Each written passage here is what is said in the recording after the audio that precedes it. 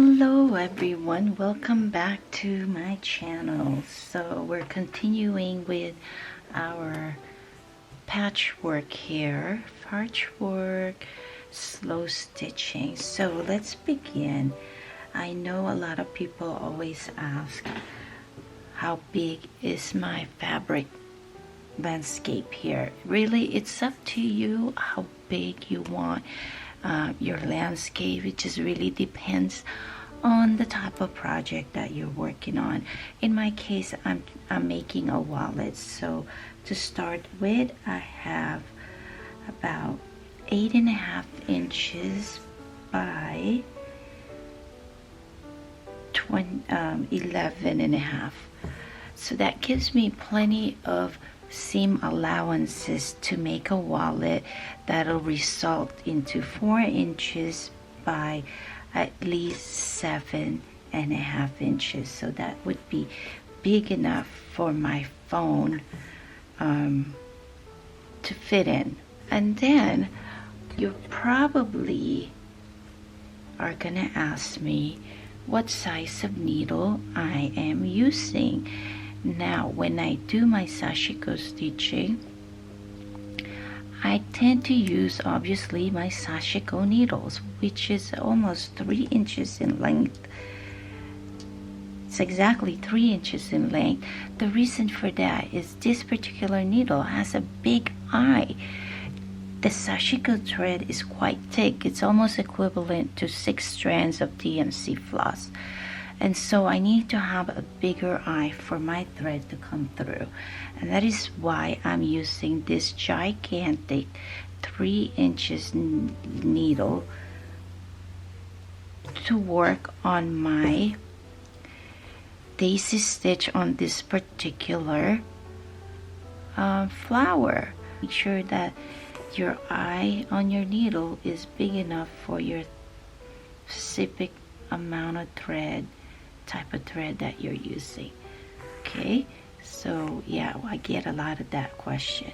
So the size of the fabric really depends on what kind of project you're using. I know some want to create the same exact wallet that I make, so I wanted to make sure I put that out there. And the type of fabric that I use, it really varies. You just don't want no stretchy fabric. Of course, you don't want to use anything thick as well. So generally, most the fabric I use are cotton fabric. And sometimes I use denim and some wool, just depending on the thickness of it. So, but this particular one mostly is cotton. Oh, I also use some hemp fabric and linen. Silk I don't use, or even satin. So just mostly cotton, denim, and then I have some linen, hemp fabric over here. So yeah, so we're just continuing on with my slow stitching here on this particular piece. I won't be introducing any more fabric in here. What's left to do now is just really do my embroidery and just continue to embellish the fabric. That's all I'm going to be doing here. I really love, I particularly don't care too much for the color of this particular fabric that I'm working on right now. I love all things flower, but the color of this particular one is just a little on the dark side for me. So but since I used it to add to my patchwork, and I did some embroidery on it, particularly this daisy stitch on it, it really brought the fabric to life in my eyes.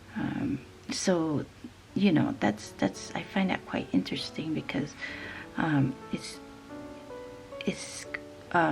so nice to just be able to change things up, you know, and then you'll eventually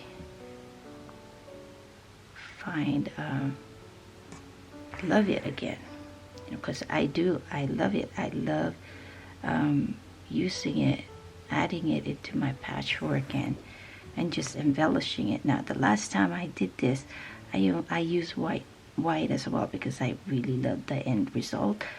And so, do you necessarily have to use white? Absolutely not. So here I am sitting here thinking, you know what, maybe I'll try a different color next time and see what happened. So we can definitely make a lot of adjustment and make the project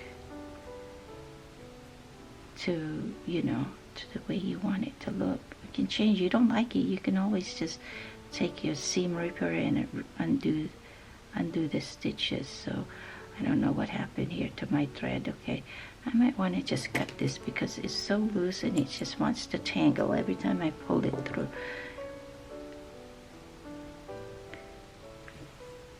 And just like that, I solved that little annoying problem, right? See, you notice it's not giving me a hard time. Every time I pull, I was getting a tough time with it. Now it kind of settled down a little bit. It's so much more better now. So what are you guys working on now?